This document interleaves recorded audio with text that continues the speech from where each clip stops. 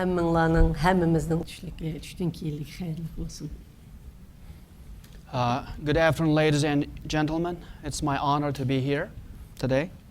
Bugün biz bir tarixi əhmiyyətə ega, Birləşmiş Dövlətlər Təşkilatının məşədi yığın içib atqan vaxtıda biz bütün dünyadakı erkinlik cəngçiləri məşu küzüş təşkilatının bir yerə əkilişi bilən bir yerdə oturub atımız. And it's truly my honor to be among so many fellow human rights activists today, having this rather historic, I would say, a parallel conference in New York, while the UN is having its own General Assembly, where a lot of human rights issues are not discussed. Diktatorlar və başqa dövlətlər billə yer şarının təqdiri qandaq baş qatırıb atqan bolsa, biz bu yer şarını demokratiyaga, erkinlik açıq üçün ortaq kengişib atımız. While a lot of dictators at the UN General Assembly, they are trying to justify the massive and egregious human rights violations of the oppressed peoples in their own countries, we are doing our best to expose them and to promote and defend the rights of the oppressed and their human rights. Biz bu ortaq Allah'ın köp kısmı bütün diktatör devletlerinin azap ukubetlerini, turmullarının, qiynaşlarından ortaq tatqan adamlar. And I could see among us there are so many who were politically imprisoned by the authoritarian and dictatorial regimes, who were tortured, and who still, in spite of all the suffering, are here today to speak truth to dictators.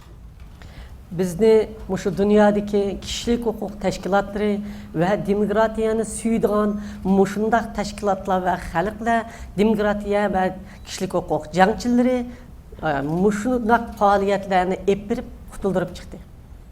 And I could cite myself as a great example of a political dissident whose life was saved precisely by the hard work of people like you who work for human rights organizations and freedom-loving peoples in the Western democracies who care about suffering in authoritarian states. Bizning izilgan xalqimiz uchun, milletimiz uchun ve başkalar üçün avaz buluş şart şaraitimizni ve şu erkinligimizni, demokratiya erkinlik cangçileri bizning qo'limizga epbadi.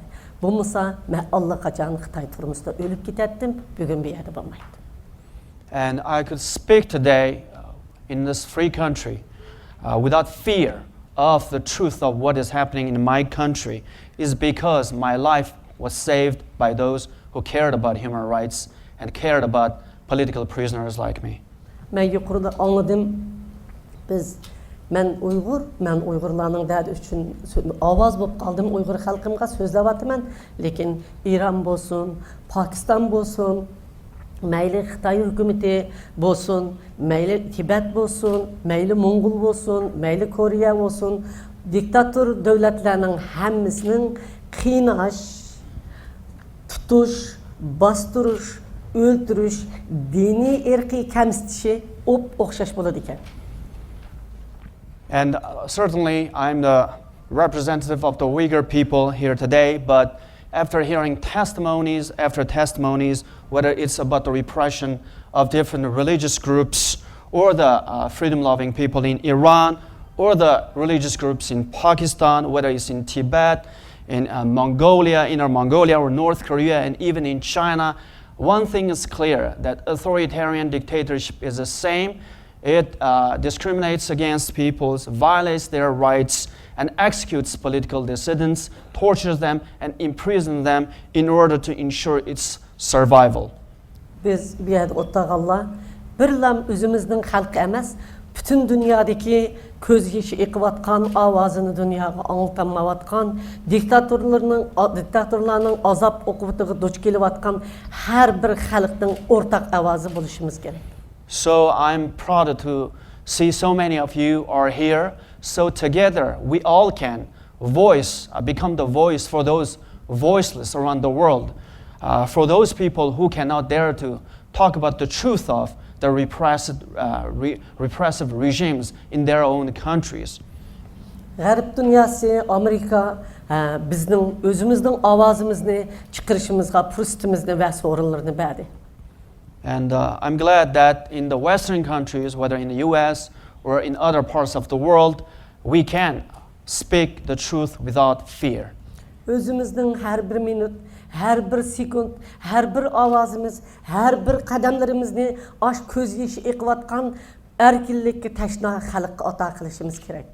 So it's critically important for those of us who are now free in this great Western democracies to champion the rights of not only our own peoples, but all those who are being oppressed around the world. Biz kolumuzga tutup, ortaklaşıp durup birlikte kuraş kılımız, çokum diktatörünün üstüden demokratiya, erkinlik üçün kuraş kılgan hakikat.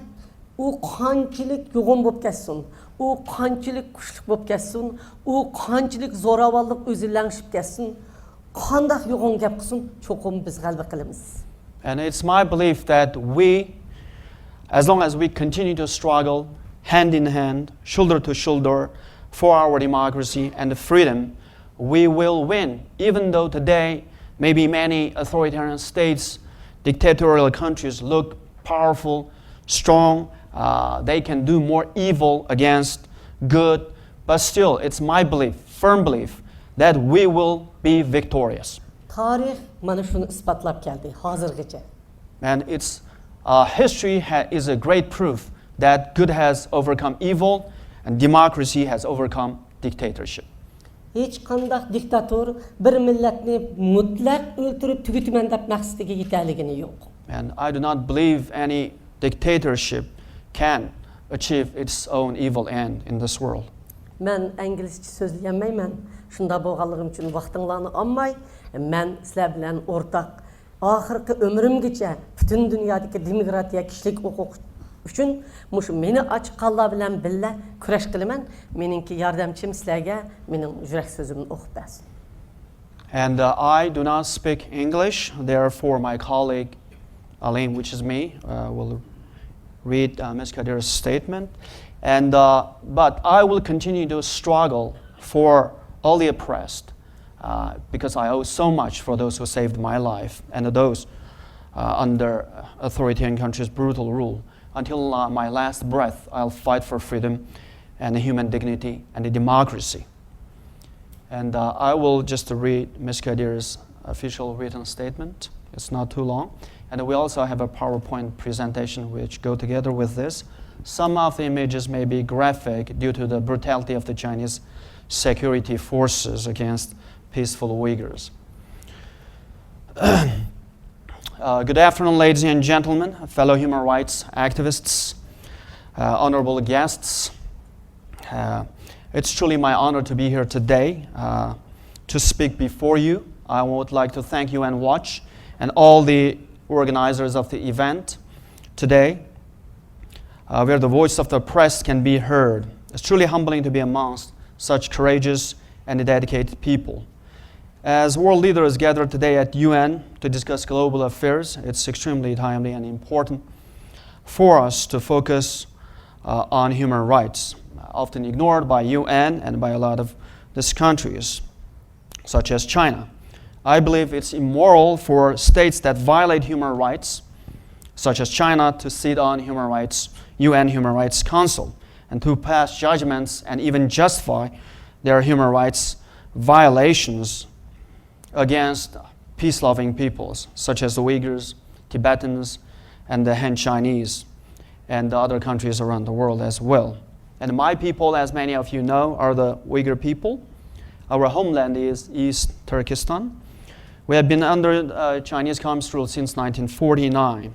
After that, the Chinese Communists renamed our country from East Turkestan to Xinjiang, which means new territory in the Chinese language. And after that, the Chinese government gave us a lot of promise, such as self-determination, which never came true. In 60 years since 1949, we have lost all of our rights, including the right to speak freely, the right to publish, the right to preserve our own culture, the right to speak the truth of our own history. We have lost the power to prosper, to gain an education in our own language, and the Chinese government has even banned our right to give birth. The Chinese communists, like other authoritarian countries, have always been ready to kill the peaceful protesters, whether they are Uyghurs, Tibetans, or the Han Chinese. It was the same on June 4, 1989, when the Chinese students took to streets in Beijing to demand democracy and human rights. It was the same when the Tibetans took to streets in March 2008. It was the same when the Uyghurs took to streets to demand their rights on July 5, 2009. In fact, one massacre after another defines the over 60 years rule of the Chinese Communist Party in China, in Tibet, and East Turkestan. On July 5, 2009, young Uyghurs peacefully demonstrated in the regional capital, Urumqi, against increasing political, cultural, and religious repression, as well as social marginalization by the Chinese government. Instead of listening to the demonstrators, the Chinese government sent in security forces, fully armed security forces, began to shoot and to kill them, and killed hundreds of these Uyghurs. Tens of thousands were arrested.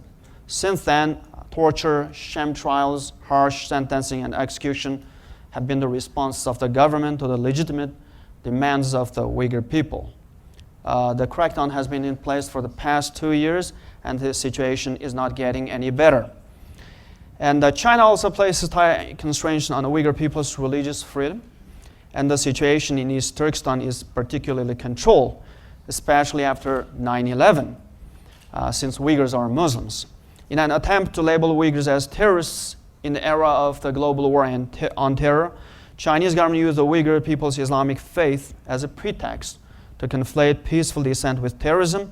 Since 9/11, thousands of Uyghurs were executed, tens of thousands of Uyghurs were imprisoned and sentenced by the Chinese government on alleged terrorism charges. Just a week ago, China sentenced 4 Uyghurs to death. And as a result of this cynical policy, religious discrimination in East Turkestan runs deep. And we believe since 1949, more than 1 million Uyghurs have been killed by the Chinese government under different labels in different political purges and campaigns. For decades, the Uyghur people have watched the Chinese government to destroy the very fabric of the Uyghur society and culture through official policies. One policy is a forceful recruitment of the young Uyghur women into eastern Chinese provinces and cities to work as cheap, even slave labor. So far, more than 400,000 of these young women have been transferred out of East Turkestan into China's eastern province. Chinese authorities also banned the use of the Uyghur language in schools from kindergarten all the way to college. So they are implementing a monolingual Chinese language education system and fired all the Uyghur teachers and professors who could not teach the very same subjects in the Chinese language. Job discrimination is rampant. Uyghurs are not hired in almost all sectors in public and private. And Uyghurs need not apply. Only Chinese wanted are everywhere in their job announcements. The frustrations that came to the fore on July 5 were in part due to the impossibility of the Uyghurs to speak freely so they can participate in determining the direction of their lives and their future. The Chinese government harshly cracked down on the Uyghurs and imprisoned hundreds of Uyghur journalists, web bloggers, and writers for simply exercising their rights, their freedom of speech. The government also hides behind charges of endangering state security, splitism, and terrorism when punishing Uyghur voices. But the simple truth that whenever Uyghurs contradict the official narrative stating the benevolence of the Chinese Communist Party, they are severely punished. Uyghur dissent has effectively been criminalized. I have experienced firsthand the repression of the Uyghurs through my own imprisonment and imprisonment of my 2 sons, Alim and Abdikim. Alim and Abdikim are currently serving lengthy prison sentences in China in clear retaliation for my international human rights advocacy. There are reports that they have been tortured, and also my other children and grandchildren are being put under house arrest now by the Chinese authorities. As a businesswoman and a philanthropist in East Turkestan, I witnessed the slow eradication of my people's religion, language, and identity. I try to help my people within the Chinese system. But in a speech that I delivered in 1997 as delegate to China's political People's Consultative Conference in Beijing, I laid out some of the most pressing problems facing the Uyghur population. But after that, the Chinese government was not happy with me and, of course, put me in prison, sentenced me to 8 years in prison and put me in prison from 1999 to 2005. In prison, I was solitarily confined for first 2 years, and I was forced to watch the torture of fellow Uyghur prisoners there. Without the support of Amnesty International, Human Rights Watch, and other NGOs and the Western governments, I would have been dead in that Chinese prison. When I was released from prison and allowed to come to the US in 2005, I tasted freedom for the first time.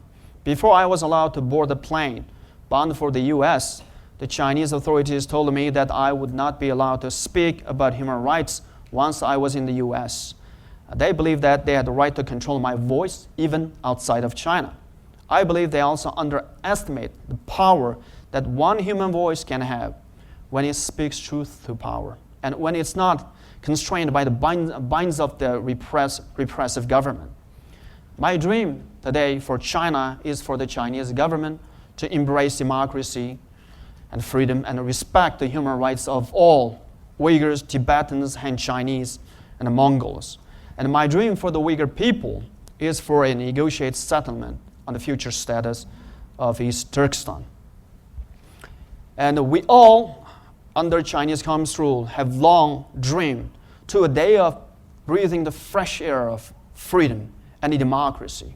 To achieve that, I believe the Chinese government should end its aggressive policy in East Turkestan in marginalizing, colonizing, repressing, and assimilating the Uyghur people, especially the aggressive policy of monolingual education, imprisoning peaceful dissenters such as me, and also end its policies diluting our culture, distorting our history, and the government also should stop its cultural genocide against the Uyghur people, because we are who we are and we don't want to change.